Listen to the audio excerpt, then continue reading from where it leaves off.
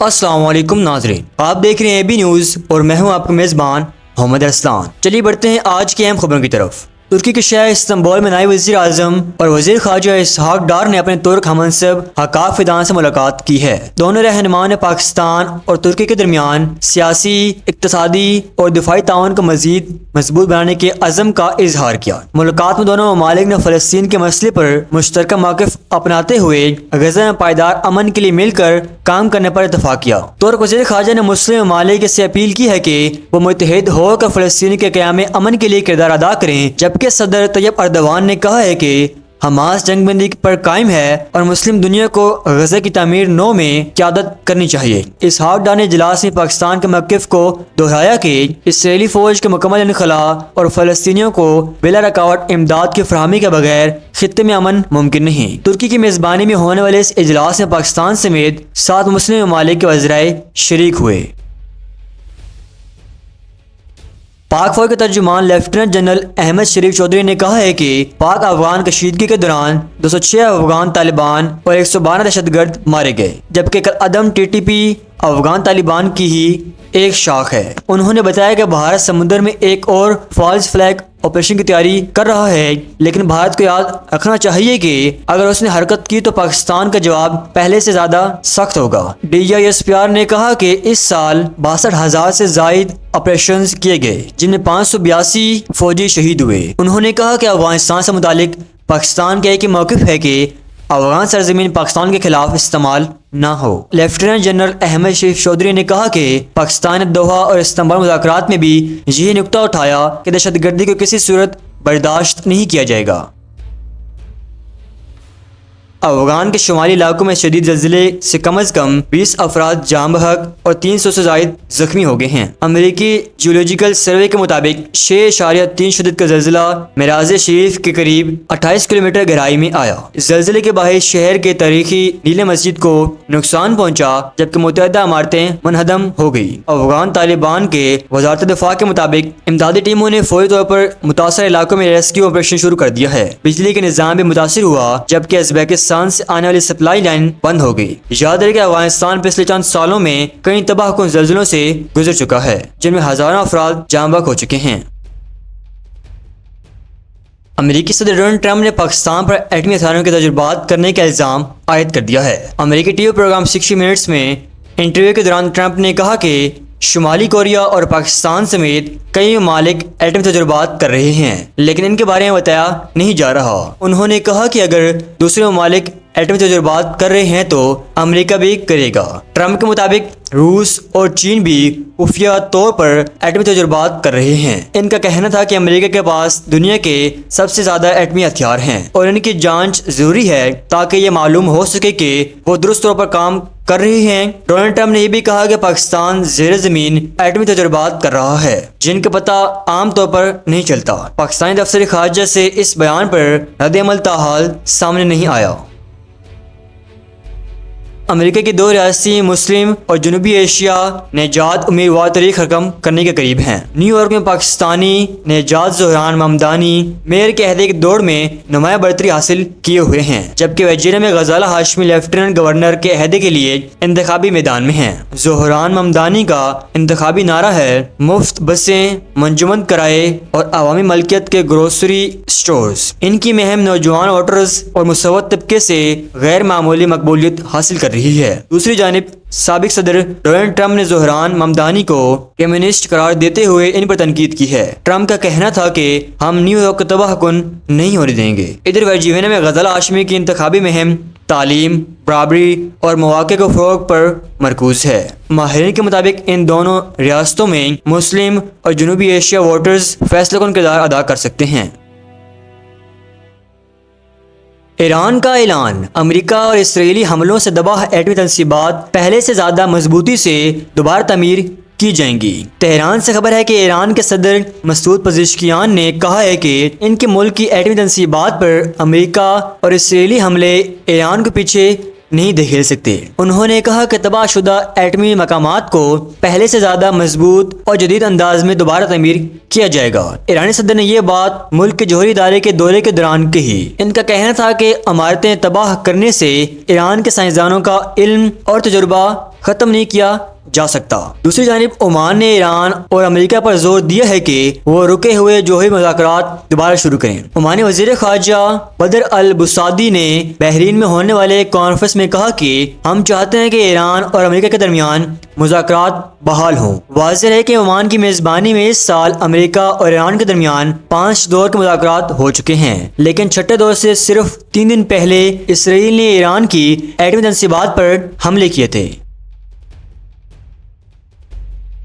بھارت کو وسطی ایشیا میں بڑا جھٹکا لگا ہے۔ تاجکستان نے اینی ایئر بیس سے بھارتی فوج کو نکال دیا، جس سے بھارت کی $10 کروڑ کی سرمایہ کاری بھی ضائع ہو گئی۔ غیر ملکی میڈیا کے مطابق یہ بھارت کا واحد غیر ملکی فوجی اڈا تھا جو 25 سال سے زیادہ عرصے سے بھارتی فوج کے زیر استعمال تھا۔ بھارتی اپوزیشن نے اس فیصلے کو حکومت کی بڑی اسٹریٹجک ناکامی قرار دیا ہے۔ اینی ایئر بیس کو بھارت افغانستان اور خطے میں اپنی خفیہ سرگرمی کے لیے استعمال کرتا تھا۔ ذرائع کے مطابق اب تاجک حکومت نے مکمل طور پر یہ بیس اپنے کنٹرول میں لے لیا ہے۔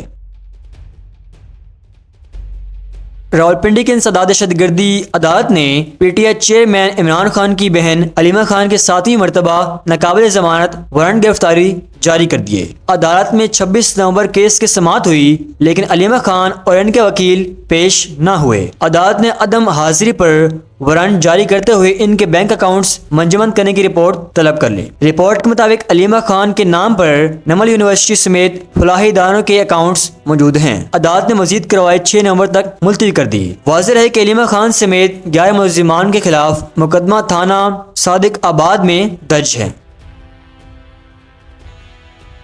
پاکستان کے ممکنہ کردار سے متعلق متضاد بیانات نے غزہ میں امن مشن کے حوالے سے شکوک پیدا کر دیے ہیں۔ پارلیمانی سیکرٹری دانیال چودھری نے ایک انٹرویو میں کہا کہ پاکستان کا کردار انتہا پسندی روکنے اور کراس بارڈر حملے نہ ہونے پر مبنی ہوگا۔ ان کے بیان پر وزیر دفاع خواجہ آصف نے اعتراض کرتے ہوئے وضاحت طلب کر لی۔ ذرائع کے مطابق بعض غیر ملکی میڈیا رپورٹس میں دعویٰ کیا گیا ہے کہ پاکستان نے اسرائیل کے خلاف پاسپورٹ کی پابندی ختم کر دی ہے، تاہم وزارت اطلاعات نے ان رپورٹس کو من گھڑت قرار دیا۔ تجزیہ کاروں کا کہنا ہے کہ پاکستان کو واضح اور متحدہ پالیسی اپنانے کی ضرورت ہے تاکہ غلط فہمیاں پیدا نہ ہوں۔ حکومت کا موقف ہے کہ پاکستان فلسطینی عوام کے ساتھ کھڑا ہے اور ان کی مدد جاری رکھے گا۔ Pakistan federal union of journalist نے حکومت سے صحافیوں کے تحفظ کے لیے فوری اقدامات کا مطالبہ کیا ہے۔ تنظیم کے مطابق گزشتہ 1 سال کے دوران صحافیوں پر حملے کے واقعات پر 80% اضافہ ہوا ہے۔ اس موقع پر وزیر اعظم شہباز شریف نے کہا ہے کہ حکومت صحافیوں کے تحفظ کے لیے تمام ضروری اقدامات کرے گا۔ انہوں نے کہا کہ آزادی اظہار پر حملے دراصل جمہوریت پر حملے ہیں۔ پی ایف یو جی کے رہنما کا کہنا ہے کہ 142 سے زائد کیسز رپورٹ ہوئے ہیں، لیکن بیشتر میں انصاف فراہم نہیں کیا گیا۔ دوسری جانب پی ٹی آئی نے الزام عائد کیا ہے کہ پنجاب اور اسلام آباد صحافیوں کے لیے سب سے خطرناک علاقے بن چکے ہیں، جو کہ اظہار رائے دبانے کی ایک منظم مہم ہے۔ بھارت کھلے عام امریکہ کے دباؤ کو نظر انداز کر کے روس سے سستا تیل خرید رہا ہے، لیکن اندرونی طور پر وہ امریکہ سے سمجھوتا کرنے کے لیے تیار ہے۔ صدر ٹرمپ نے بھارت پر روسی تیل کی درآمدات کم کرنے کے لیے دباؤ ڈالا ہے اور بھارتی مصنوعات پر 50% ٹیکس لگا کر دباؤ بڑھایا۔ روس بھارت کا سب سے بڑا تیل سپلائی بن چکا ہے اور بھارت نے 2022 کے بعد روس کے تیل کی خریداری میں 21 گنا اضافہ کیا ہے۔ امریکی دباؤ کے بعد بھارتی کمپنیاں ریلائنس انڈسٹریز نے روس تیل خریداری روکنے کا اعلان کیا ہے۔ عوامی طور پر بھارت کا موقف ہے کہ وہ اپنے مفاد میں فیصلہ کرتا ہے، لیکن دراصل پس پردہ امریکہ سے معاملات طے کیے جا رہے ہیں۔ وزیر اعظم مودی اپنی مضبوط امیج برقرار رکھنا چاہتے ہیں، اس لیے وہ کھل کر امریکہ کی بات نہیں مان رہے، مگر اندرونی طور پر جھکاؤ دکھا رہے ہیں۔ ہنگو کے علاقے دوابہ میں پولیس قافلے پر بم حملہ ہوا جس میں SHO اور 2 اہلکار زخمی ہوئے۔ پولیس سرچ آپریشن کر رہی تھی جب ریموٹ کنٹرول دھماکہ ہوا۔ اس سے قبل وزارت داخلہ نے ممکنہ حملے کی وارننگ جاری کی تھی۔ دوسری جانب ٹونک میں سیکورٹی فورسز نے کارروائی کے دوران ایک افغان بم بنانے والے دہشت گرد ابو دجانہ کو ہلاک کیا اور بڑی مقدار میں بارود اور اسلحہ برآمد کیا۔ بلوچستان کے علاقے کلات میں بھی ایک پل کے نیچے نصب 10 کلو بم کو ناکارہ بنایا گیا جس سے بڑا سانحہ ٹل گیا۔ خیبر پختونخوا کے وزیر اعلیٰ سہیل افریدی نے دیہی معیشت کو بہتر بنانے والے منصوبے KP لیور اکنامک ٹرانسفارمیشن پروجیکٹ پر کام تیز کرنے کا حکم دیا۔ یہ منصوبہ 30 ارب روپے سے زیادہ کا ہے اور بین الاقوامی ادارے اس میں مالی مدد فراہم کر رہا ہے۔ اس منصوبے سے صوبے کی 43 لاکھ سے زیادہ لوگ فائدہ اٹھائیں گے۔ وزیر اعلیٰ نے کہا کہ منصوبے میں شفافیت ہونی چاہیے اور کوئی تاخیر برداشت نہیں کی جائے گی۔ اس میں زراعت، روزگار اور ہنر مندی کے شعبوں میں ترقی کے اقدامات شامل ہیں۔ اب تک 20,000 نوجوان کو تربیت دی جا چکی ہے۔ خیبر پختونخوا کے علاقے 13 میں طالبان TTP نے مقامی عمائدین سے بات چیت کے بعد بار کمیر خیل علاقے سے نکلنے پر رضامندی ظاہر کی۔ مقامی لوگوں نے طالبان کو یاد دلایا کہ انہوں نے پہلے وعدہ کیا تھا کہ وہ گھروں کو عسکری مقاصد کے لیے استعمال نہیں کریں گے۔ لڑائیوں کی وجہ سے مقامی لوگ گھروں سے بے گھر ہو گئے تھے۔ اس دوران ڈرون حملوں میں ایک عورت جاں بحق اور 2 افراد زخمی ہوئے۔ علاقے میں کئی دنوں سے کرفیو لگا ہوا تھا جو اب ہٹایا جا رہا ہے۔ دوسری جانب پولیس نے 2 اہلکار کو ایک شہری کے اغوا میں ملوث ہونے پر گرفتار کر لیا جبکہ تیسرا اہلکار فرار ہو گیا۔ اس روز لنڈی کوتل میں نوجوان کرکٹرز نے سلیکشن میں ناانصافی کے خلاف احتجاج بھی کیا۔ تورخم بارڈر کھلنے کے بعد افغان پناہ گزینوں کی واپسی تیزی سے جاری ہے۔ اتوار کو مزید 5,220 افغان اپنے وطن واپس گئے جن میں 2,314 بغیر کاغذات والے شامل تھے۔ اب تک تقریباً 8,28,000 سے زیادہ افغان پناہ گزین واپس جا چکے ہیں۔ پنجاب، اسلام آباد اور خیبر پختونخوا سمیت دیگر صوبوں سے بھی واپسی جاری ہے۔ مختلف جیلوں سے بھی 7,000 سے زیادہ افغان قیدیوں کو واپس بھیجا گیا ہے۔ حکومتی اعداد و شمار کے مطابق 54,000 قانونی اور 6,28,000 غیر قانونی افغان شہری اپنے وطن جا چکے ہیں۔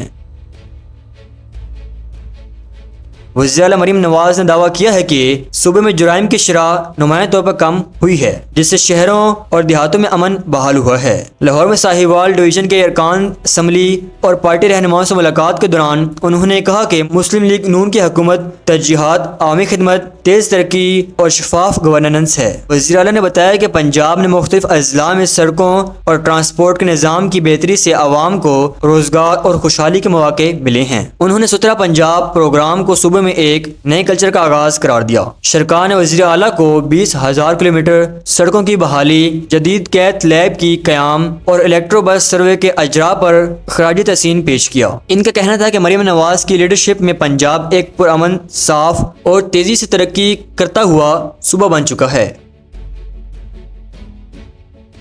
لاہور کا yellow line mass transit project رواں مالی سال میں شروع نہیں ہو سکے گا۔ حکومتی ذرائع کے مطابق منصوبے میں سست روی کی وجہ دیگر ترقیاتی منصوبے پر توجہ اور سیلاب متاثرہ علاقوں میں فنڈز کی منتقلی ہے۔ تاہم حکومت نے واضح کیا ہے کہ منصوبہ ختم نہیں کیا جا رہا بلکہ اگلے عام انتخابات سے قبل مکمل کرنے کا ارادہ ہے۔ ذرائع کے مطابق نیشنل انجینئرنگ سروس پاکستان اس وقت ایسے ڈیزائنز پر کام کر رہی ہے جس سے درختوں کو کاٹنے کی ضرورت نہ پڑے۔ عدالتی عالیہ نے بھی حکومت کو منتبہ کیا تھا کہ کینال روڈ کے درخت کاٹنے کی منظوری نہیں دی جا سکتی۔ دوسری جانب سول سوسائٹی تنظیموں نے منصوبوں پر ماحولیاتی خدشات ظاہر کیے ہیں۔ حکومت کا کہنا ہے کہ منصوبے زیر غور ہیں اور دیگر شہروں جیسے فیصل آباد اور گجرانوالہ میں بھی جدید ٹرانسپورٹ نظام متعارف کرانے کی تیاری جاری رہی ہے۔